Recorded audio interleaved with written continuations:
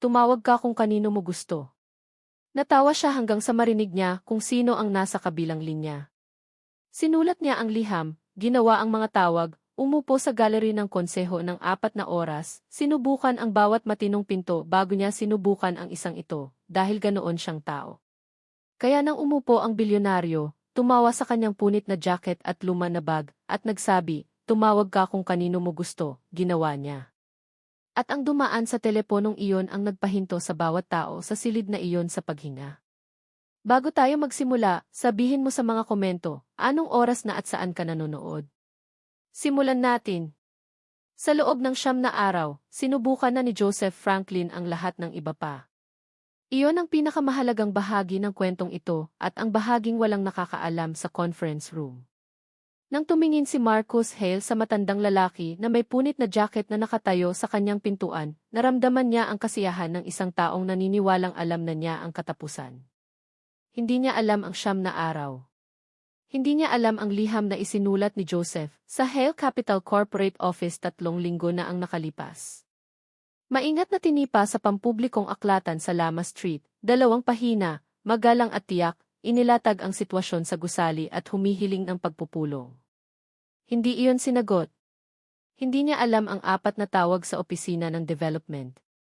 Bawat isa ay tinanggap ng ibang assistant, bawat isa ay nangakong may tatawag pabalik. Wala ni isa ang tumupad. Hindi niya alam ang sesyon ng City Council na dinaluhan ni Joseph. Nakaupo sa gallery ng 4 na oras, naghihintay sa agenda item na hindi kailanman dumating dahil tahimik itong itinabi sa kahilingan ng legal team. Hindi niya alam ang tungkol sa legal aid office sa 5th Street, kung saan sinabi ng isang mabait, ngunit pagod na abogado kay Joseph na kung walang injunction, naaabutin ng linggo na wala silang oras, wala silang magagawa. Malinis ang demolition permit. Malinis ang acquisition. Legal ang timeline.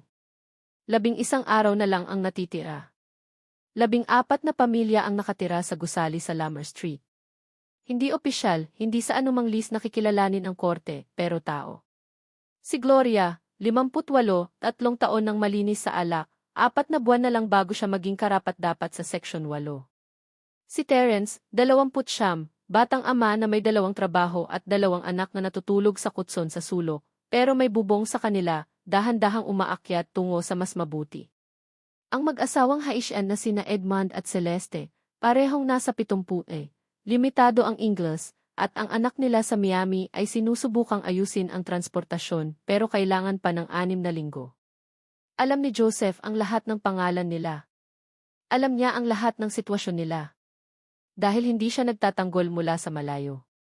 Nakatira siya kasama nila, kumakain kasama nila, naglalakad sa parehong kalye, nakaupo sa tabi nila kapag bumabagsak ang lahat.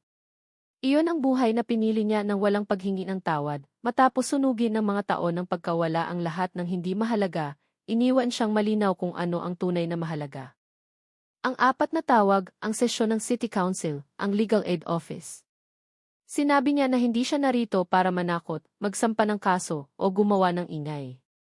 Narito siya para humiling tao sa tao, harap-harapan ng 60 araw.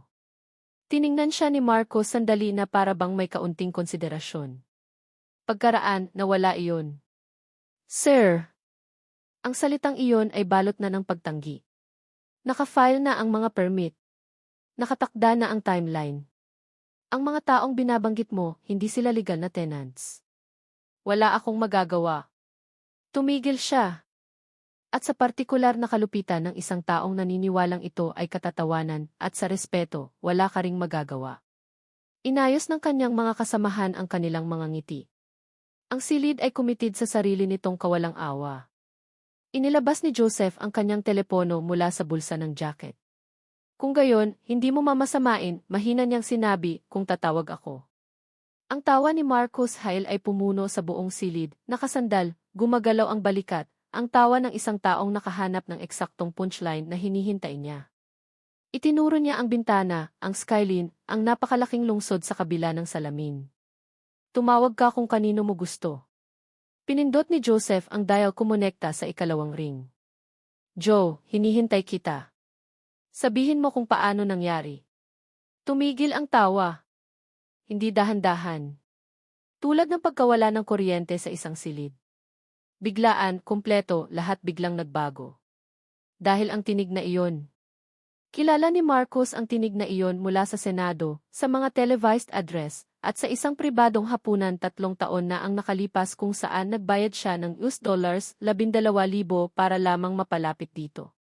Kilala ng buong bansa ang tinig na iyon. Pag-aari ito ng isang taong lumaki 3 blok mula sa Lamar Street, na nagbigay ng eulogy sa libing ng asawa ni Joseph, at umiyak ng walang hiya sa harap ng lahat, dahil pinakain siya ni Ruth Franklin ng sopas at naniwala sa kanya, bago pa man siya nagbigay ng dahilan sa iba. Sinabi ni Joseph sa telepono, tulad ng inaasahan, gusto kong makipag-usap ka kay Ginoong Hail, kung handa ka. Isang saglit, ilagay mo siya. Inilahad ni Joseph ang telepono sa mesa. Hindi nanginig ang kanyang braso. Hindi nagbago ang kanyang mukha kahit nang tumawa si Marcos. Hindi ngayon. Kinuha ito ni Marcos. Walang nagsalita sa loob ng 4 na minuto. Ang dalawang lalaki ay tumitig sa salamin. Ang babae ay tumingin sa kanyang mga kamay. Nanatiling tahimik si Marcos, pagkatapos ay tumango, pagkatapos ay tinakpan ang kanyang bibig ng libreng kamay. Ang kusang kilos ng isang taong nakatanggap ng bagay na wala siyang nakahandang lugar para ilagay. Nang ibaba niya ang telepono, tunay na nagbago ang kanyang mukha, hindi na basag, nabuksan. Tumingin siya kay Joseph. Kinatok mo muna ang bawat pinto, sabi niya. Nawala na ang lahat ng tono sa kanyang tinig. Ang liham, ang mga tawag, ang konseho, ang legal office. Tumigil siya. Sinubukan mo muna ang lahat ng matinong paraan bago ka pumunta rito. Gusto kong bigyan ka ng pagkakataon na gawin ito dahil tama. Mahina ang boses ni Joseph, hindi dahil kailangan. Tahimik si Marcos ng matagal. Nang magsalita siya, nawala na ang arkitektura ng kanyang tinig. Bawat layer na itinayo ng kapangyarihan at ginhawa sa isang tao, nawala. Tiningnan kita at wala akong nakita. Isang punchline. Ginagawa ko iyon sa buong karera ko at tunay na tumigil na akong mapansin na ginagawa ko iyon. Tumigil siya. Pasensya na. Hindi bilang formalidad. Pasensya na. Mahalaga na malaman mo iyon. Sinabi ni Joseph, hawakan mo iyan. Huwag hayaang kalimutan ka ng ginhawa. Tumuwid si Marcos. 6 na po araw, totoong tulong, pondo, mga contact, placement, hindi lang oras. Pero kailangan mong sabihin sa akin kung ano ang itsura niyan dahil kilala mo ang mga taong ito at hindi ko.